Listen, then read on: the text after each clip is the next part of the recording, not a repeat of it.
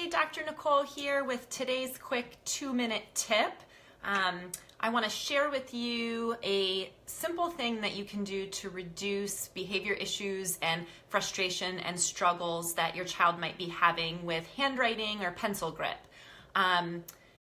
If you have a child who has things like ADHD, autism, sensory processing disorder, fine motor issues, learning disabilities, lots of kids struggle with how to hold the pencil or a pen to write correctly. And a lot of frustrations can come up for kids around writing and the handwriting process of that.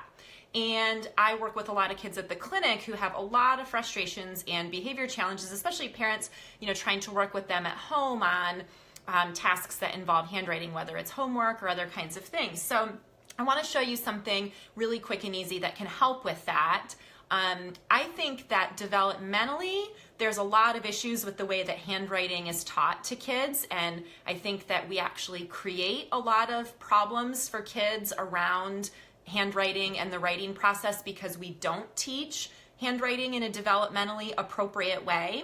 And if you have a child with one of those disabilities or challenges like I mentioned, it's really important to have a developmentally appropriate process for that. And a lot of times we just, put pens or pencils in kids' hands and say, here, learn how to make your letters and write. And they can really struggle with that. And they can struggle with it at school and at home, and it can just be a real challenge. And I think that probably the biggest homework related or schoolwork related frustration, especially for elementary age kids that I hear about in my clinic, is about handwriting and writing kinds of things. So let me show you a quick tip. If you have a child who is struggling with how to hold the pencil correctly, you're constantly trying to correct their grip on the pencil, maybe they're using their whole fist. I have a pen here using their whole fist to use their writing implement, or they have a really awkward grip on it.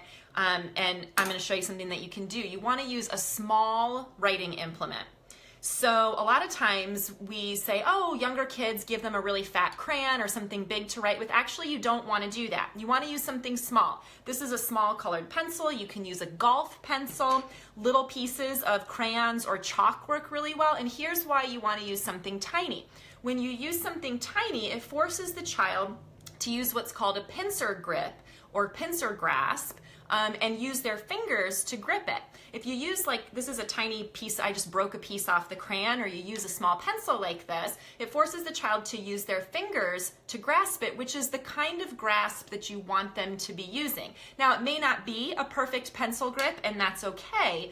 Developmentally, what we want is kids using their thumb and their index and middle finger to be able to grip and to be able to write that way. And that's a lot easier to naturally help them get that movement and that grip on that by using something really tiny.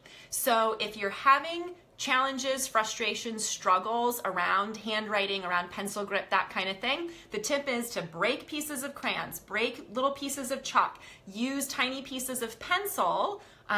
You can find golf pencils or just break pencils is kind of what we do at the clinic, and you will find that that will be really helpful to getting your child to use their fingers the way that they need to on the pencil.